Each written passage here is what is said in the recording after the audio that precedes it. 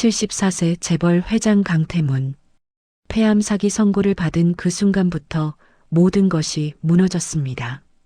가족들이 보인 건 걱정이 아니라 계산이었고 사랑이 아니라 상속이었습니다. 죽음을 선택하려던 그 순간 한 여의사가 나타나 그의 생명을 붙잡았고 그녀는 그에게 다시 살아갈 이유를 만들어줬습니다. 6개월 후 기적적으로 회복한 강태문이 내린 결정은 모두의 예상을 뒤엎는 통쾌한 심판이었습니다. 돈으로 쌓은 제국의 끝에서 사람으로 다시 태어난 한 남자의 이야기. 당신이라면 어떤 선택을 하시겠습니까? 이제 이야기 시작합니다. 이야기 시작 전 구독과 좋아요 꾹 눌러주세요. 영상 제작에 큰 힘이 됩니다. 새벽 5시 서울 한복판 73층 회장실에서 강태문은 창밖을 내려다보고 있었다. 74세였지만 그의 눈빛은 여전히 날카로웠고 구두 밑창이 닳도록 공장을 뛰며 사람들에게 배신당하면서도 악착같이 버텨온 세월이 그를 대한민국 5대 그룹의 회장으로 만들어냈다. 태문의 세상은 단단했고 흔들릴 이유가 없어 보였는데 아니 흔들려서는 안 되는 자리였기에 그는 더욱 굳건히 서 있어야 했다. 그런데 요즘 들어 이상하게 숨이 자꾸 막혔고 가슴 한쪽이 무겁게 짓눌리는가 하면 계단을 오를 때면 심장이 2배로 뛰어댔다. 나이 탓이겠지. 태문은 스스로를 납득시키려 했지만 가슴을 움켜쥔 손에는 어느새 힘이 잔뜩 들어가 있었고 왠지 모를 불안감이 밀려왔다. 비서실장이 조심스럽게 문을 열고 들어오며 말했다. 회장님, 정기 건강검진 예약되었습니다. 형식적인 거 아닌가? 그래도 받으셔야죠. 주주총회 전에. 태문은 고개를 끄덕이면서도 별일 없을 거라 생각했는데 어차피 매년 하는 일이었고 진작에 이상이 있었다면 진작에 알았을 테니까. 병원은 조용했고 VIP 전용 검진센터에서 태문은 가운으로 갈아입은 채 차가운 검사대에 누웠다. CT 촬영이 시작되면서 기계음이 울렸고 몸이 천천히 터널 속으로 빨려 들어가는 동안 태문은 눈을 감으며 이번에도 이상 없다는 소견서를 받을 거라 믿었다. 그런데 촬영이 끝나고 대기실로 돌아왔을 때 분위기가 달랐는데 의료진의 표정이 굳어 있었고 주치의는 태문을 따로 불렀다. 회장님, 잠시 상담실로 오시죠. 태문의 가슴이 철렁 내려앉았고 이런 경우는 처음이라 발걸음이 무겁게 느껴졌다. 상담실 문이 닫히자 주치의는 CT 화면을 켰는데 흑백 이미지 속 폐 한쪽에 형체가 분명한 어둠이 찍혀 있었다. 이게 뭔가? 태문의 목소리가 떨렸다. 주치의는 잠시 침묵하더니 천천히 입을 열었다. 회장님 폐암 사기입니다. 그 순간 태문의 시간이 멈췄고 귓가에서 윙소리가 울리면서 눈앞이 하얘졌는데 심장은 미친 듯이 뛰었지만 정작 숨은 쉬어지지 않았다. 사기라니, 그게 무슨? 이미 림프절까지 전이됐고 뼈 쪽으로도 의심 소견이 있습니다. 주치의의 말이 계속됐지만 태문의 귀엔 아무것도 들리지 않았고 폐암, 사기, 전이라는 단어들만 머릿속을 맴돌았다. 얼마나 남았습니까? 치료하지 않으면 6개월에서 1년 정도입니다. 6개월이라는 시간이 태문의 머리를 내리쳤고 그는 자리에서 일어설 수가 없었는데 다리에 힘이 풀리면서 손이 떨렸다. 74년을 살아오면서 밑바닥에서 시작해 정상까지 올랐고 돈으로도 권력으로도 막을 수 없는 게 없다고 믿었는데 이건 달랐다. 암은 협상할 수 없었고 돈을 쌓아도 비켜가지 않았으며 권력으로 명령해도 멈추지 않았다. 처음으로 강태문은 자신이 무력하다는 걸 깨달았고 그 깨달음은 그 어떤 배신보다 더 깊게 그를 찔렀다. 병원을 나올 때 태문의 발걸음은 무거웠다. 운전기사가 차 문을 열어줬지만 그는 한참을 멍하니 서 있었다. 하늘이 보였다. 구름 한 점 없이 맑은 하늘이었는데 예전엔 저 하늘 아래 모든 게 태문의 것처럼 느껴졌지만 지금은 달랐다. 저 하늘이, 이 도시가, 이 모든 게 이제 곧 태문의 눈에서 사라질 것이었다. 회장님, 타시죠. 운전기사의 목소리가 들렸고 태문은 차에 올라 창밖으로 흘러가는 풍경을 보며 생각했다. 내가 쌓아온 이 모든 게 대체 무슨 의미였을까? 회사도 명예도 재산도 죽음 앞에서는 그저 무너져 내리는 모래성에 불과했고 태무는 주먹을 쥐었는데 손톱이 손바닥을 파고들었지만 아프지 않았다. 그보다 더 큰 고통이 가슴을 짓눌렀기 때문이었다. 나는 이대로 끝나는 건가? 차는 계속 달렸지만 태문의 마음속엔 이미 어둠이 내려앉고 있었고 그것은 돈으로도 권력으로도 막을 수 없는 강태문의 삶에 처음으로 생겨난 돌이킬 수 없는 균열이었다. 회장실로 돌아온 태문은 의자에 앉아 창밖을 바라보며 가슴을 살짝 움켜쥐었다. 나 아직 할 일 많은데 그의 목소리는 떨렸고 정기 건강검진이 형식적인 절차라 여겼던 자신이 한심하게 느껴졌는데 CT 화면에 찍힌 건 형체가 분명한 어둠이었고 그 어둠은 이미 태문의 몸속 깊이 뿌리내리고 있었다. 의사들의 표정이 굳었던 순간이 자꾸만 떠올랐고 주치의가 말했던 6개월에서 1년이라는 시간이 너무나 짧게 느껴졌다. 태무는 손을 뻗어 책상 위 가족 사진을 집어들었는데 아내와 아이들이 웃고 있는 사진이었지만 그 웃음이 왠지 낯설게 느껴졌다. 이들에게 말해야 하나? 그 생각만으로도 가슴이 답답해졌고 태무는 사진을 도로 내려놓으며 깊은 한숨을 내쉬었다. 균열은 이미 시작됐고 그것은 태문이 쌓아온 모든 것을 무너뜨릴 준비를 하고 있었다. 병원 VIP 병실의 밤은 유난히 고요했고 창밖으로 보이는 도시의 불빛들이 차갑게 빛나고 있었다. 소식은 곧 가족에게 전해졌는데 태무는 직접 말하지 않았고 주치의가 가족들을 따로 불러 상황을 설명했다. 아내 윤정이가 제일 먼저 병실에 들어왔고 큰아들 강도준과 작은아들 강도혁, 막내딸 강세린이 그 뒤를 따랐다. 태무는 침대에 기댄 채 그들을 바라봤는데 기대했던 건 아니었지만 그래도 혹시나 하는 마음이 있었다. 혹시 누군가 달려와 손을 잡아주지 않을까, 혹시 누군가 울먹이며 괜찮냐고 물어주지 않을까 하는 작은 기대였다. 하지만 그들의 눈에 비친 건 아버지의 생명이 아니었고 정희는 한참을 침묵하더니 차갑게 입을 열었다. 치료 오래 걸리겠죠? 태문의 가슴이 철렁 내려앉았는데 치료가 아니라 치료 기간을 묻는 목소리였고 그 안에는 걱정이 아닌 계산이 담겨 있었다. 도주는 아버지를 쳐다보지도 않은 채 손에 든 서류를 넘기며 말했다. 주식 변동은 미리 정리해야 합니다. 그 말을 듣는 순간 태문의 손이 이불을 움켜쥐었고 도준의 눈빛에는 아버지에 대한 염려보다 회사에 대한 걱정이 가득했다. 도혁은 형보다 더 노골적이었는데 병실 구석에 서서 속삭이듯 물었다. 혹시 유 원장은?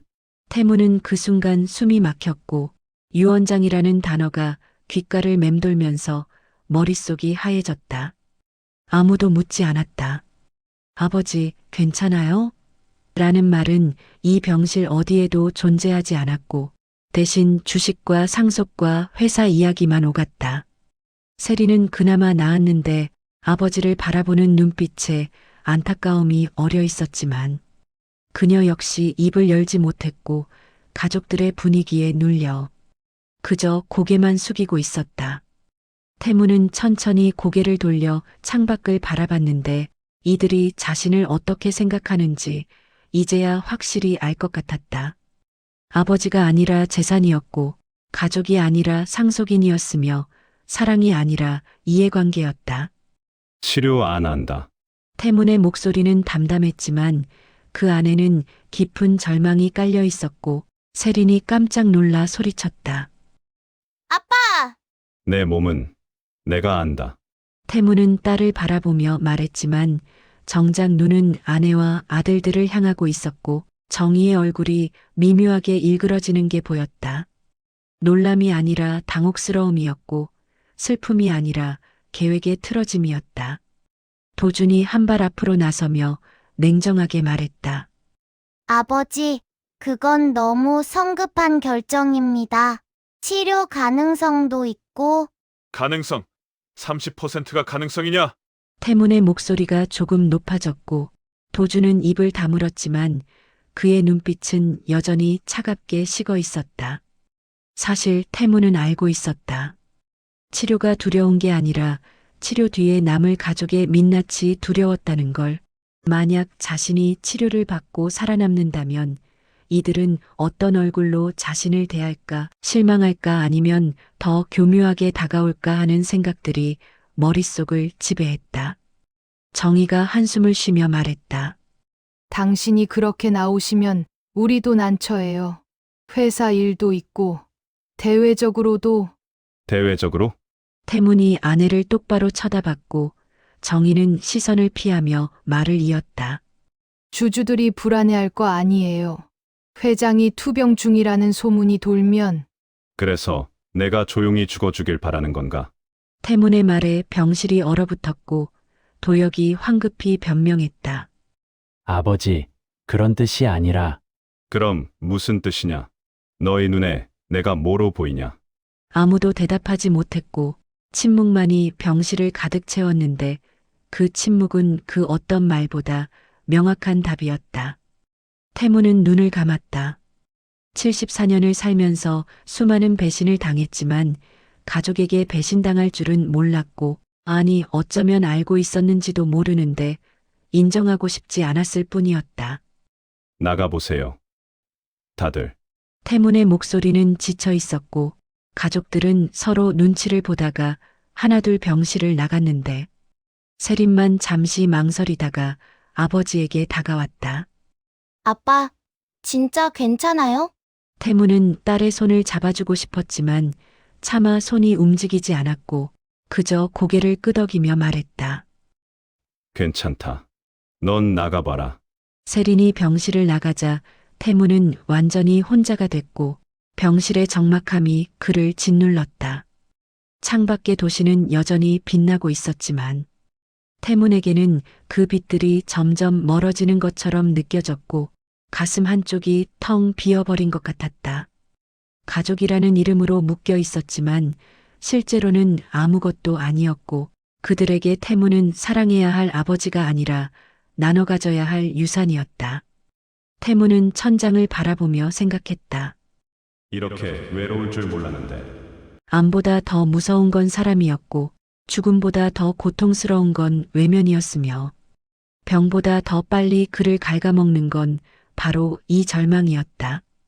밤은 깊어갔고 병실의 불빛만이 태문의 마지막 온기처럼 희미하게 빛나고 있었다. 회장 자택의 서재는 고요했고 태문은 책상 앞에 앉아 서류들을 하나씩 펼쳐보고 있었다.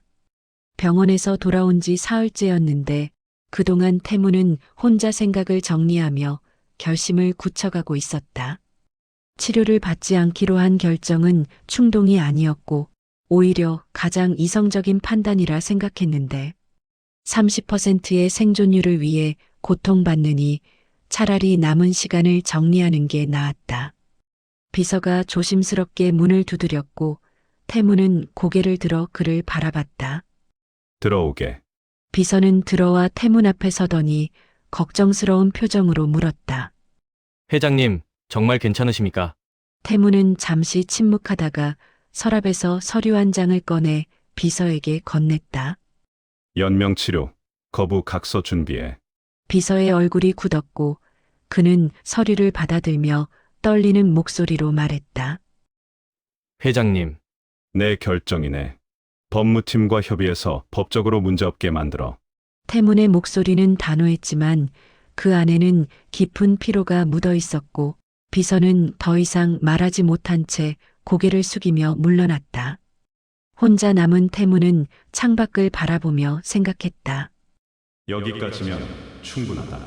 스스로를 설득하려 애썼지만 밤이 되면 이야기는 달라졌고 침대에 누워도 잠이 오지 않았는데 숨이 막히는 느낌이 점점 심해졌다. 병 때문인지 마음 때문인지 알 수 없었지만 가슴을 짓누르는 무게는 날이 갈수록 무거워졌고 외로움이 병보다 빨리 그를 갉아먹고 있었다. 태무는 침대에서 일어나 서재로 향했는데 불을 켜지 않은 채 어둠 속에 앉아 있으니 자신이 이미 죽은 사람처럼 느껴졌다. 핸드폰이 울렸다. 가족 단체 채팅방에 알림이 떠 있었고 태무는 핸드폰을 집어들어 화면을 확인했다. 도준이 보낸 문자였다. 아버지, 컨디션 어떤지요? 태무는 그 문장을 몇 번이나 읽었는데 컨디션이라는 단어가 묘하게 거슬렸다. 안부가 아니라 상태 보고였고 걱정이 아니라 확인이었으며 사랑이 아니라 감시였다. 태무는 답장을 쓰려다 말았고 그냥 핸드폰을 내려놓은 채 창밖을 바라봤다. 달이 떠 있었다. 예전엔 달을 보며 낭만을 느꼈던 적도 있었는데 지금은 그저 차갑고 외로운 존재로만 보였고 저 달처럼 자신도 홀로 떠 있는 것 같았다. 이튿날 아침 태무는 회사 이사회를 소집했고 중요한 안건들을 하나씩 정리하기 시작했다. 이사들은 태문의 결정을 따랐지만 그들의 눈빛에도 이미 계산이 깔려 있었고 회장의 건강 상태가 회사에 미칠 영향을 저울질하고 있었다. 회의가 끝나고 태무는 혼자 회장실에 남았는데 73층 창밖으로 보이는 도시가 여전히 분주하게 돌아가고 있었다. 내가 사라져도 세상은 변함없이 돌아가겠지. 그 생각이 위안이 되기도 했고 동시에 허무하게 느껴지기도 했는데 74년을 살면서 쌓아올린 모든 것이 결국 한 줌의 모래처럼 흩어질 거라는 사실이 가슴을 무겁게 짓눌렀다. 핸드폰이 다시 울렸고 이번엔 도혁이었다. 아버지, 법무팀에서 유언장 검토 들어간다던데요. 태무는 한숨을 쉬며 답장을 보냈다. 내 일이니 신경 쓰지 마라. 하지만 도혁의 답장은 금방 왔다. 저희도 알 권리는 있지 않습니까? 태무는 핸드폰을 던져버리고 싶었지만 꾹 참았고 그저 화면을 끄고 책상 위에 내려놨다. 권리. 그들은 아버지의 생명보다 자신들의 권리에 더 관심이 많았고 태무는 그 사실이 너무나 명확하게 느껴져 웃음이 나올 지경이었다. 밤이 되자 태무는 또다시 잠들지 못했고 침대에 누워 천장을 바라보며 생각에 잠겼다. 내가 잘못 살아온 건가? 돈을 쫓았고 성공을 위해 달렸으며 정상에 오르는 것만이 목표였는데 정작 그 과정에서 무엇을 잃었는지는 생각하지 못했다. 가족과의 시간, 진심 어린 대화, 따뜻한 손길. 그 모든 것들이 이미 오래전에 사라졌고 이제 남은 건 차가운 관계와 계산뿐이었다. 태무는 이불을 걷어차고 일어나 서재로 향했는데 책장 한쪽에 꽂혀있던 오래된 앨범을 꺼내 펼쳤다. 아이들이 어렸을 때 사진들이 나왔고 태무는 그 사진들을 하나하나 넘기며 지난 시간을 떠올렸다. 도준이 처음 걸음마를 했을 때, 도혁이 자전거를 배우던 날, 세린이 학예회에서 춤을 췄던 순간. 그때는 분명 사랑이 있었는데 언제부터인가 그 사랑은 의무로 바뀌었고 의무는 다시 거래로 변했으며 거래는 결국 차가운 계산으로 끝나버렸다. 태무는 앨범을 덮으며 눈을 감았고 뜨거운 것이 뺨을 타고 흘러내렸다. 그때 핸드폰에 문자가 왔다.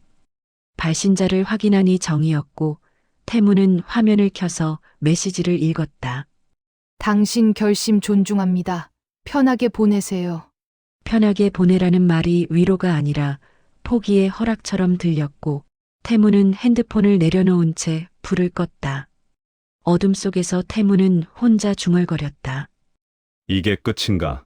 죽음을 선택한 게 아니라 사실은 죽음에게 선택받은 것이었고 그 사실을 인정하는 순간 태문의 마음속 마지막 불빛마저 꺼져버렸다. 새벽 3시 태무는 침대에서 깨어났는데 숨을 쉴 수가 없었다. 가슴이 쥐어짜이는 것처럼 아팠고 목구멍으로 공기가 들어오지 않아. 허우적거리며 침대 옆 버튼을 눌렀지만 손에 힘이 들어가지 않았다. 시야가 흐려지면서 천장이 빙글빙글 돌았고 태무는 바닥으로 쓰러지며 마지막 힘을 짜내 핸드폰을 움켜쥐었다. 119에 전화를 걸려고 했지만 손가락이 떨려 화면을 제대로 누를 수 없었고 그때 현관문이 벌컥 열리는 소리가 들렸다. 회장님, 경비원이었는데 전기 순찰 중 태문의 집 앞을 지나다 이상한 소리를 듣고 들어온 것이었고 그는 쓰러진 태문을 발견하자마자 119에 신고했다. 의식 없습니다. 빨리 와주세요. 구급차 사이렌 소리가 점점 가까워졌지만 태문의 의식은 점점 멀어지고 있었고 귓가에서 웅웅거리는 소리만 들릴 뿐 아무것도 보이지 않았다. 이렇게 끝나는구나. 태무는 그렇게 생각하며 눈을 감았고 차가운 바닥의 감촉만이 마지막으로 느껴졌다. 응급실은 혼란스러웠다. 경보음이 울렸고 의료진이 사방에서 몰려들며 태문의 몸에 각종 장비를 연결했는데 모니터에 찍히는 심전도가 점점 평평해지고 있었다. 심정지. 간호사의 외침이 응급실을 가득 채웠고 의사들이 급히 심폐소생술을 시작했지만 반응이 없었다. 에피네프린 투여. 반응 없습니다. 다시. 계속하세요. 그때 응급실 문이 벌컥 열리며 젊은 여의사가 뛰어들어왔는데 서하윤이었다. 38세의 흉부외과 전문의였고 당직 중이던 그녀는 VIP 환자의 심정지 소식을 듣고 달려온 것이었다. 하윤은 환자의 상태를 빠르게 확인하며 지시했다. 제세동기 준비. 200줄. 선생님, 이미 5분째인데. 간호사의 말에 하윤은 고개를 저으며 단호하게 말했다. 포기 안 합니다. CPR 계속. 하윤은 직접 가슴 압박을 시작했고 땀이 이마를 타고 흘러내렸지만 멈추지 않았는데 그녀의 눈빛에는 절대 놓치지 않겠다는 의지가 가득했다. 다시 돌아오세요. 아직 끝 아니에요. 하윤의 목소리는 간절했고 그녀는 환자의 이름도 직함도 몰랐지만 그저 살릴 수 있는 생명으로만 봤다. 한 번, 두 번, 세 번. 가슴 압박이 계속됐고 제세동이 다시 한 번 시행됐는데 그 순간 모니터에서 삐소리가 울렸다. 심전도의 파형이 돌아왔다.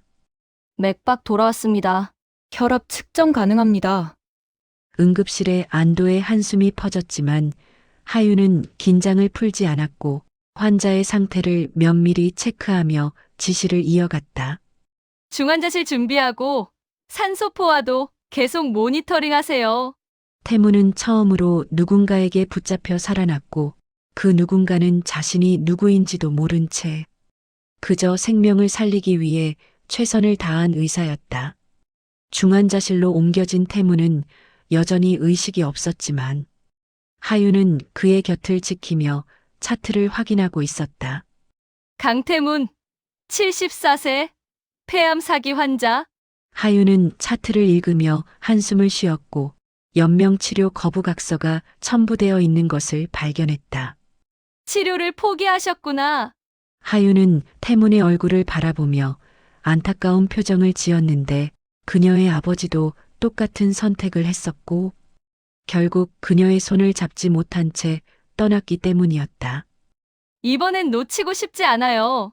하윤은 중얼거리며 태문의 손을 가볍게 잡아주었고 그 따뜻한 온기가 태문의 차가운 손에 전해졌다.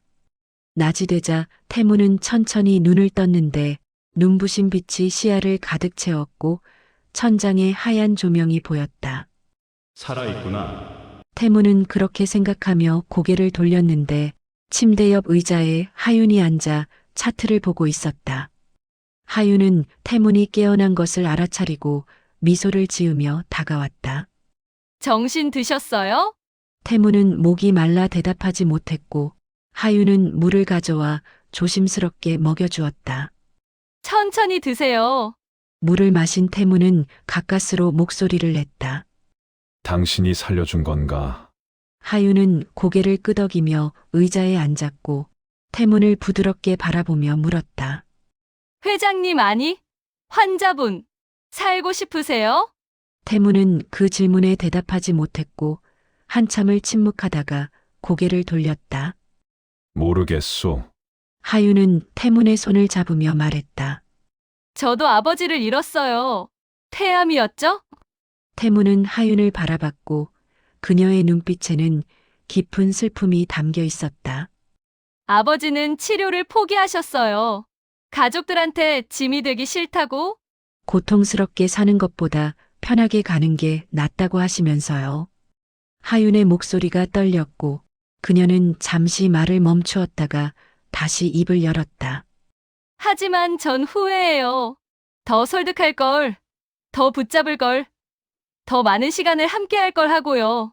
태무는 하윤의 말을 들으며 가슴 한쪽이 무너지는 것 같았고 그녀의 눈에서 흐르는 눈물이 자신의 아픔과 겹쳐 보였다.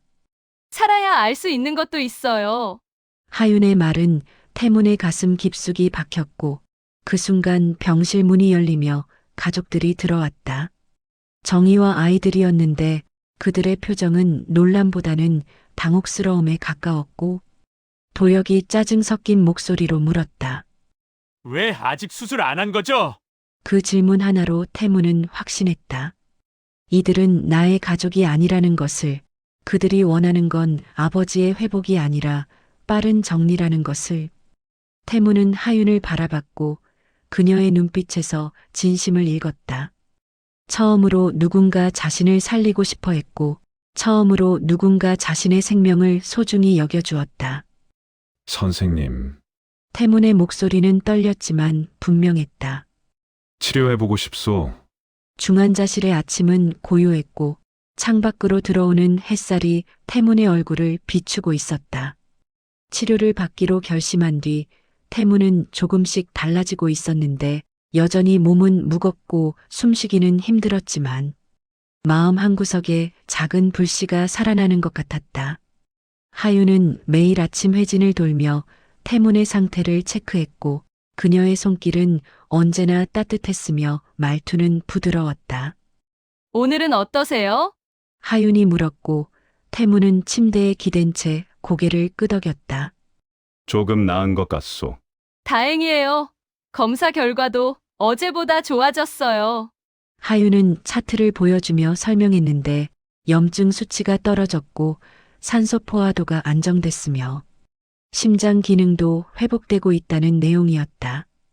태무는 그 말을 듣고 안도의 한숨을 쉬었지만 동시에 불안감이 밀려왔다.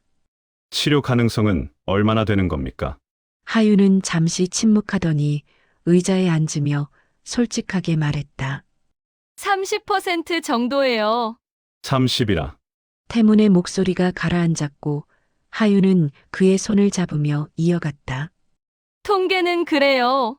하지만 통계가 전부는 아니에요. 무슨 뜻이오? 제가 본 환자 중에 5% 확률로 살아난 분도 있고 90% 확률인데 떠나신 분도 있어요. 하윤의 눈빛은 진지했고 그녀는 태문을 똑바로 바라보며 말을 이었다. 중요한 건 숫자가 아니라 의지예요. 살고 싶다는 마음이요. 태문은 하윤의 말을 곱씹으며 창밖을 바라봤는데 저 멀리 하늘에 새 한 마리가 날아가고 있었고 그 모습이 자유로워 보였다. 당신 아버지는 어떠셨소? 태문의 질문에 하윤의 표정이 일그러졌고 그녀는 잠시 말을 멈추었다가 천천히 입을 열었다. 아버지는 포기가 빨랐어요. 진단받고 한 달 만에 치료를 거부하셨죠. 이유가 뭐였습니까?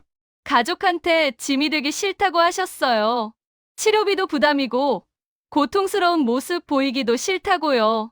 하윤의 목소리가 떨렸고 태문은 그녀의 손을 가만히 바라봤다. 하지만 전 그게 진짜 이유가 아니라고 생각해요. 그럼 뭐였겠소? 외로웠던 거예요. 하윤의 말에 태문의 가슴이 철렁 내려앉았고 그녀는 눈물을 글썽이며 계속 말했다. 우리 가족도 완벽하진 않았어요. 오빠는 사업 때문에 바빴고, 엄마는 아버지랑 사이가 좋지 않았고요. 저도 병원 일 때문에 자주 못 찾아뵀거든요. 태무는 하윤의 이야기를 들으며 자신의 모습과 겹쳐보았고 그녀의 아버지가 느꼈을 외로움이 고스란히 전해지는 것 같았다. 아버지는 우리가 자기를 사랑하지 않는다고 생각하셨을 거예요. 그래서 포기하신 거죠. 하윤의 눈물이 뺨을 타고 흘러내렸고 태무는 그 눈물을 보며 자신도 모르게 눈시울이 뜨거워졌다. 후회하십니까? 매일요. 그때 더 붙잡을 걸, 더 사랑한다고 말할 걸, 더 많은 시간을 함께 할 걸 하고 후회해요. 하윤은 눈물을 닦으며 태문을 바라봤고 그녀의 눈빛에는 간절함이 가득했다. 그래서 환자분은 포기하지 않으셨으면 좋겠어요. 살아야 알 수 있는 것도 있고, 살아야 만날 수 있는 순간도 있으니까요. 태무는 하윤의 말을 들으며 뭔가 깨닫는 것 같았는데 그동안 자신이 죽음을 선택한 이유가 병 때문이 아니라 외로움 때문이었다는 걸 인정하게 됐다. 그때 병실 문이 벌컥 열리며 가족들이 들어왔다. 정희가 제일 먼저 들어왔고 도준과 도혁, 세린이 그 뒤를 따랐는데 그들의 표정은 여전히 차갑고 무표정했다. 정희가 하윤을 보며 날카롭게 물었다. 선생님이 담당이신가요? 네, 서하윤입니다. 남편 상태가 어떤지 설명 좀 해주시죠. 정희의 말투는 명령에 가까웠고 하윤은 차분하게 차트를 펼치며 설명했다. 현재 상태는 안정적이고 치료 계획을 세우고 있습니다. 도준이 끼어들었다. 치료 성공률은요? 30% 정도입니다. 30이면 낮은 거 아닙니까? 도준의 말에 하윤은 고개를 저으며 답했다. 낮지 않습니다. 충분히 가능성이 있어요. 도혁이 비웃듯 말했다. 30%가 가능성이라고요. 70%는 실패잖아요. 하윤의 표정이 굳었고 태무는 그 모습을 보며 가슴이 답답해졌는데 아들이 자신의 생명을 확률로 계산하는 게 너무나 서글펐다. 세린이 조심스럽게 물었다. 아빠, 정말 치료받으실 거예요? 태무는 딸을 바라보며 고개를 끄덕였는데 세린의 눈빛에는 걱정이 어려 있었지만 다른 가족들은 달랐다. 정희가 한숨을 쉬며 말했다. 당신이 결정하신 거니 존중은 하겠어요. 하지만 회사 일은 어떻게 할 건지 정리해야죠. 회사는 신경 쓰지 마시오. 태문의 목소리는 단호했고 정희는 눈썹을 찌푸리며 되물었다. 신경 쓰지 말라니. 그게 무슨 말이에요? 내 뜻대로 할 겁니다. 태문은 더 이상 말하지 않았고 정희는 불만스러운 표정으로 입을 다물었다. 도준이 다가와 작은 목소리로 물었다. 아버지, 유 원장은 어떻게 되는 겁니까? 그 순간 태문은 확신했다. 이들은 나의 가족이 아니라는 것을, 그들이 원하는 건 아버지의 회복이 아니라 재산의 분배라는 것을. 태문은 도준을 똑바로 바라보며 차갑게 말했다. 그건 내가 살아남으면 알게 될 거다. 도준의 얼굴이 굳었고 병실의 분위기는 얼어붙었다. 하윤은 그 광경을 지켜보며 안타까운 표정을 지었는데 태문의 외로움이 어디서 오는지 이제야 확실히 알게 된 것 같았다. 가족들이 나가고 태문은 하윤을 바라보며 말했다. 이제 알겠소. 당신 아버지가 왜 포기하셨는지. 하윤은 태문의 손을 잡으며 부드럽게 말했다. 하지만 환자분은 달라요. 이제 혼자가 아니니까요. 태문은 하윤의 따뜻한 손길을 느끼며 처음으로 미소를 지었고 그 미소는 오랜만에 찾아온 희망의 빛이었다. 수술 전날 밤 태문은 혼자 병실에 남아 창밖을 바라보고 있었다. 내일이면 수술대에 오르게 되는데 성공 확률 30%라는 숫자가 머릿속을 떠나지 않았고 실패하면 이대로 끝이라는 생각이 가슴을 짓눌렀다. 침대 옆 테이블 위에는 수술 동의서가 놓여 있었고 태무는 그 서류를 집어들어 몇 번이나 읽고 또 읽었다. 환자는 수술 중 발생할 수 있는 모든 위험을 이해하며 사망에 이를 수 있음을 인지합니다.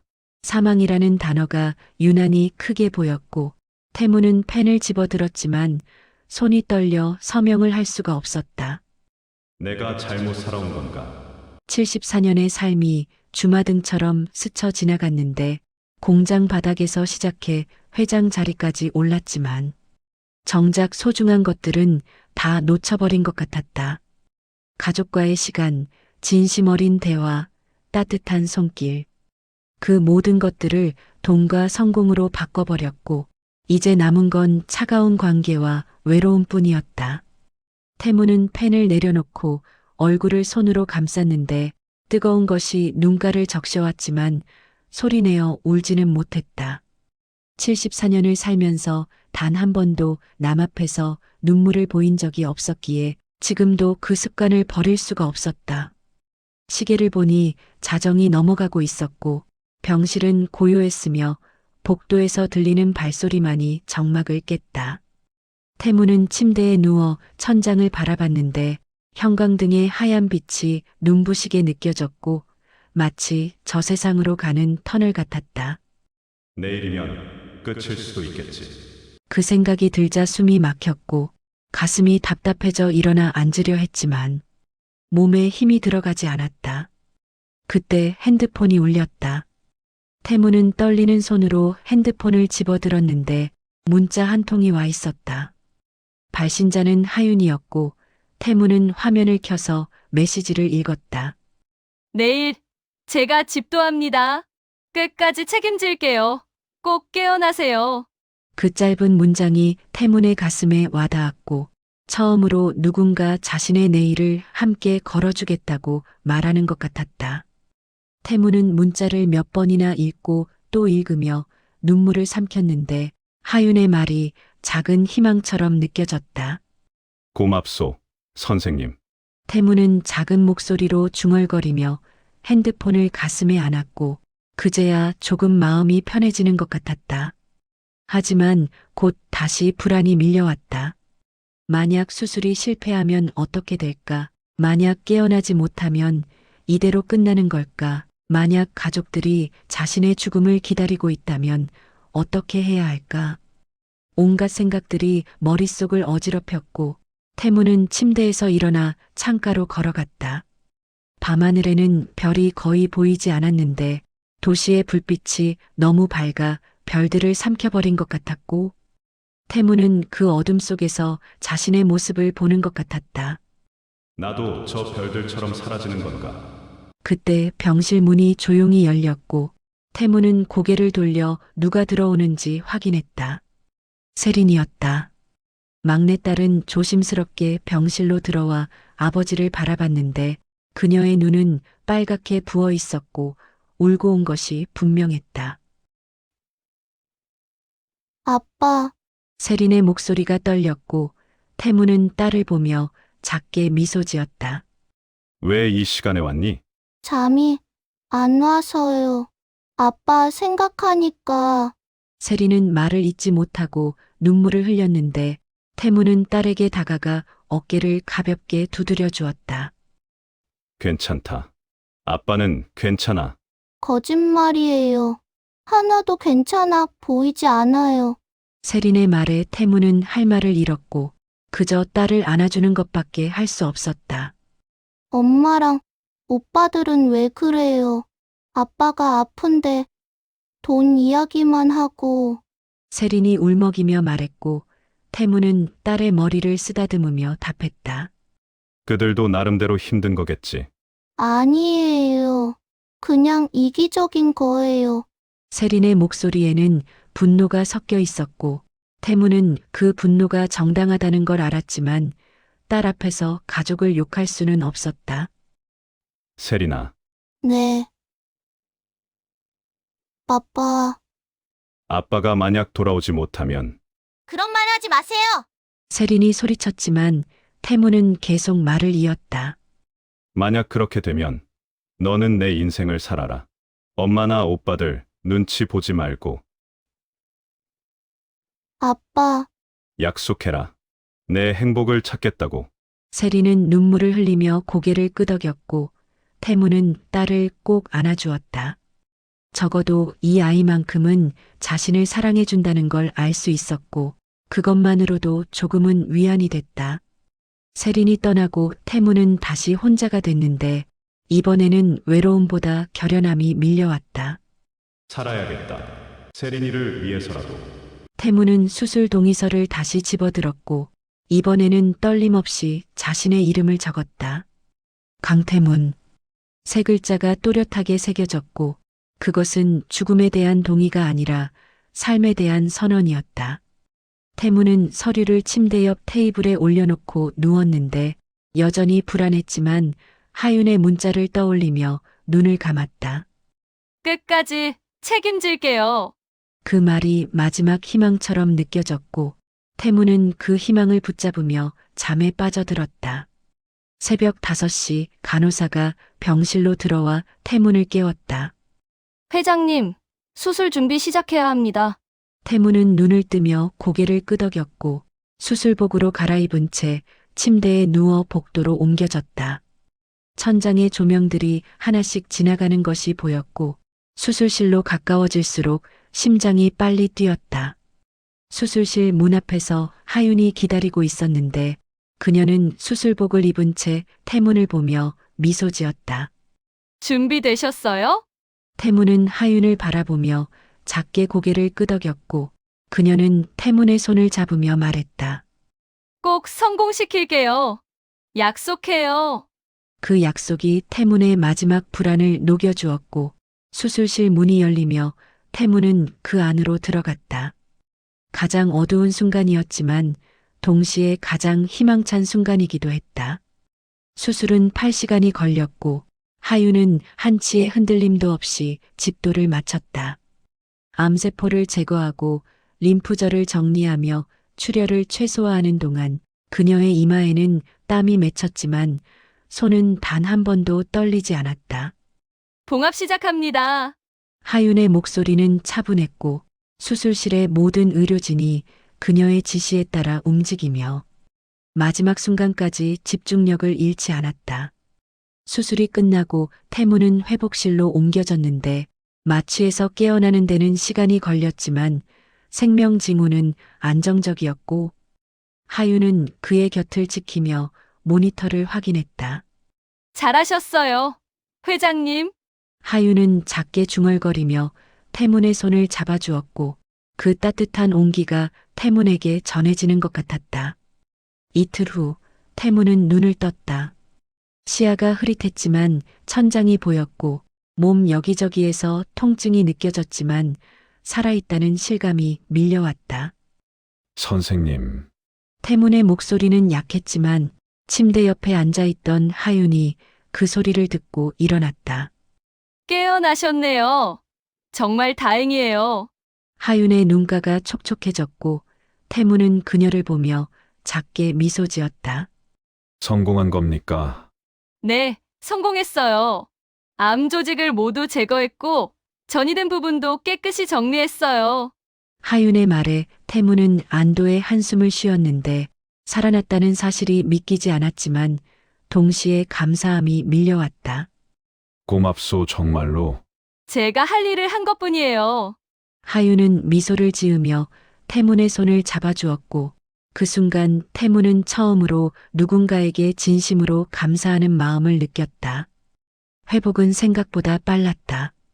일주일 후 태문은 침대에서 일어나 걸을 수 있게 됐고 2주 후에는 병실 복도를 천천히 걸으며 재활 운동을 시작했다. 하윤은 매일 회진을 돌며 태문의 상태를 체크했는데 그녀의 격려와 응원이 태문에게는 큰 힘이 됐고 점점 더 건강을 되찾아가는 자신을 느낄 수 있었다. 하지만 가족들의 방문은 뜸했다. 정희는 일주일에 한 번 정도 들렀고 도준과 도혁은 회사 일을 핑계로 거의 얼굴을 비추지 않았으며 세린만이 틈틈이 찾아와 아버지와 시간을 보냈다. 태무는 그들의 태도를 보며 결심을 굳혀갔다. 이제 정리할 때가 됐다. 한 달 후 태무는 퇴원했고 회장실로 복귀하는 대신 법무팀과 비서진을 호출했다. 유언장을 새로 쓰겠네. 태문의 말에 법무팀장의 표정이 굳었지만 그는 고개를 끄덕이며 서류를 준비했다. 어떤 방향으로 작성하시겠습니까? 경영권은 사회환원재단으로 넘긴다. 가족 상속은 최소한으로. 법무팀장이 놀라며 되물었다. 회장님, 그건 너무 급진적인 결정 아닙니까? 내 결정이네. 법적으로 문제없게 만들어주게. 태문의 목소리는 단호했고 법무팀장은 더 이상 반론하지 못한 채 서류 작성을 시작했다. 일주일 후 태문은 가족들에게 통보했다.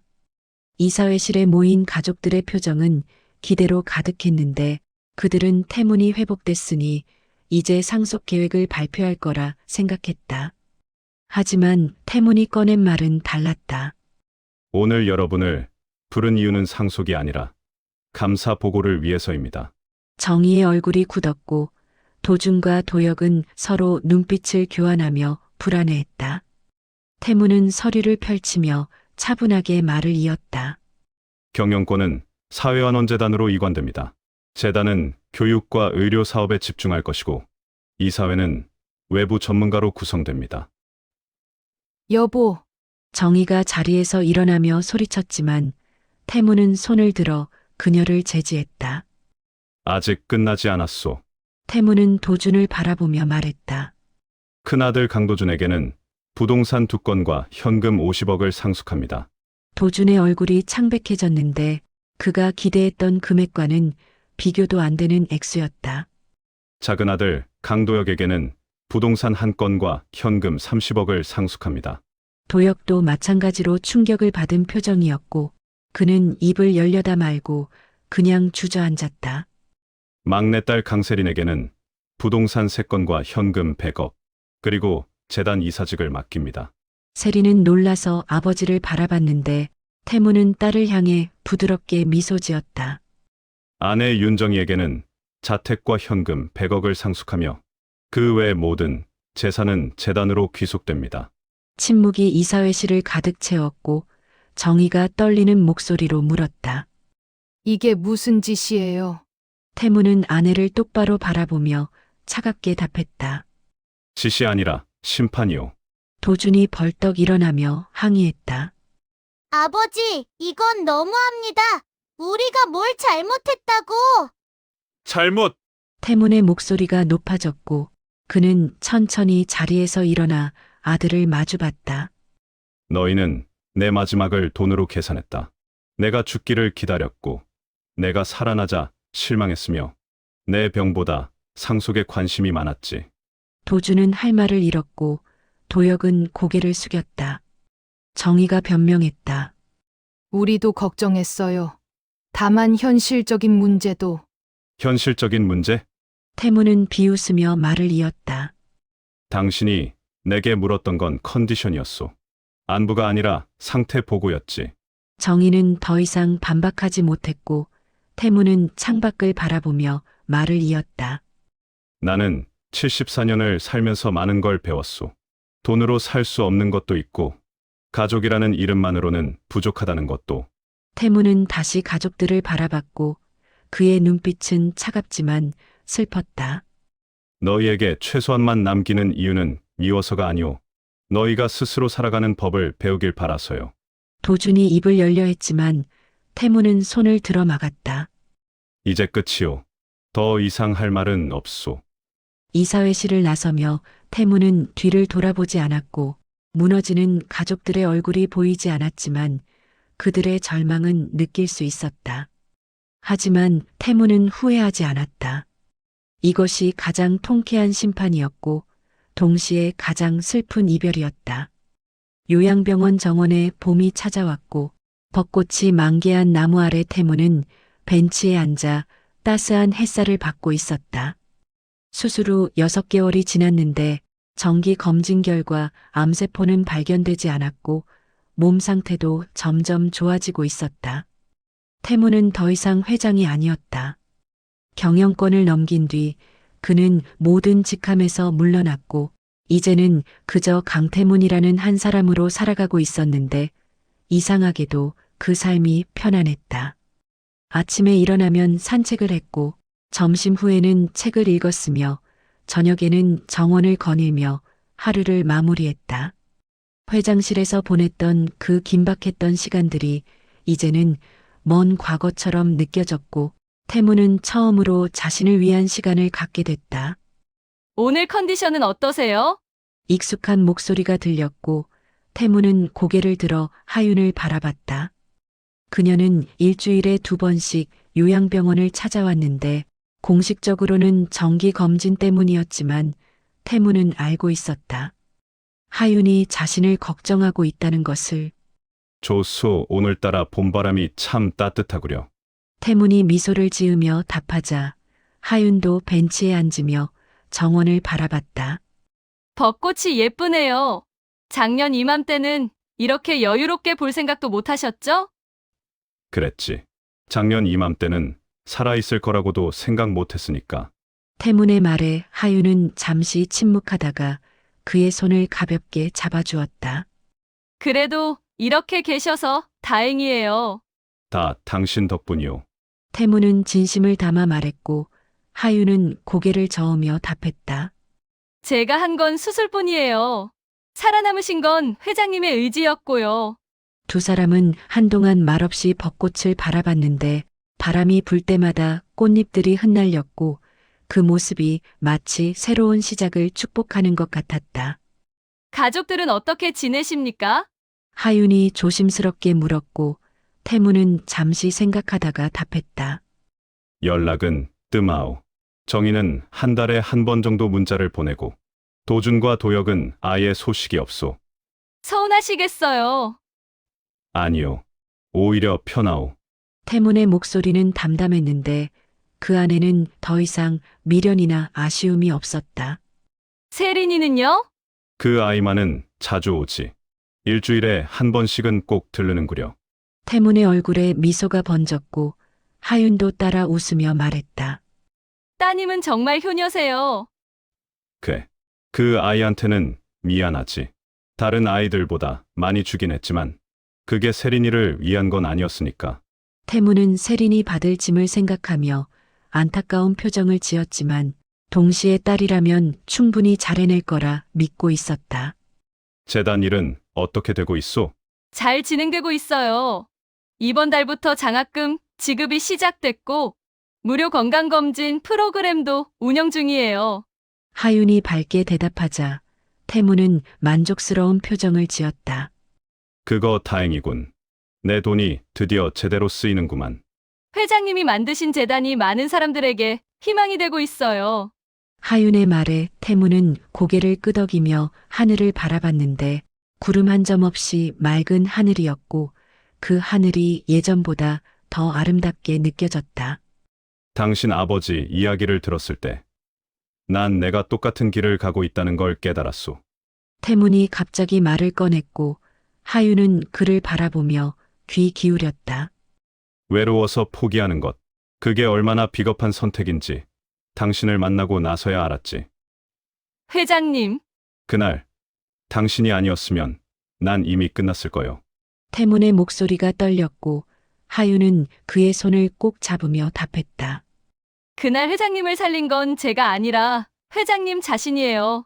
살고 싶다는 의지가 있었으니까요. 아니요. 당신이었소.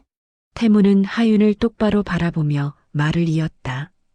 당신이 붙잡아줬고 당신이 희망을 줬으며 당신이 내게 다시 살아갈 이유를 만들어줬소. 하윤의 눈가가 촉촉해졌고 그녀는 눈물을 참으며 미소 지었다. 그럼 이제부터가 진짜 시작이네요. 그렇지. 이제부터가 시작이오. 두 사람은 다시 벚꽃을 바라봤는데 꽃잎들이 계속해서 흩날리고 있었고 그 모습이 마치 축복처럼 느껴졌다. 며칠 후 세린이 요양병원을 찾아왔다. 태무는 딸과 함께 정원을 거닐며 이야기를 나눴는데 세린은 재단 일에 대해 열정적으로 설명했고 태무는 그 모습을 흐뭇하게 바라봤다. 아빠, 다음 주에 장학금 전달식이 있는데 오실 수 있으세요? 가야지. 내가 만든 재단인데. 태문이 웃으며 답하자 세린도 환하게 웃었다. 엄마랑 오빠들한테도 연락할까요? 세린의 물음에 태문은 잠시 생각하다가 고개를 저었다. 아니다. 그들은 그들 삶이 있을 테니 아빠는 정말 괜찮으세요? 괜찮다. 오히려 이제야 편하구나. 태문은 진심으로 말했고 세린은 아버지의 손을 잡으며 고개를 끄덕였다. 장학금 전달식 날 태문은 수많은 학생들과 부모들을 만났다.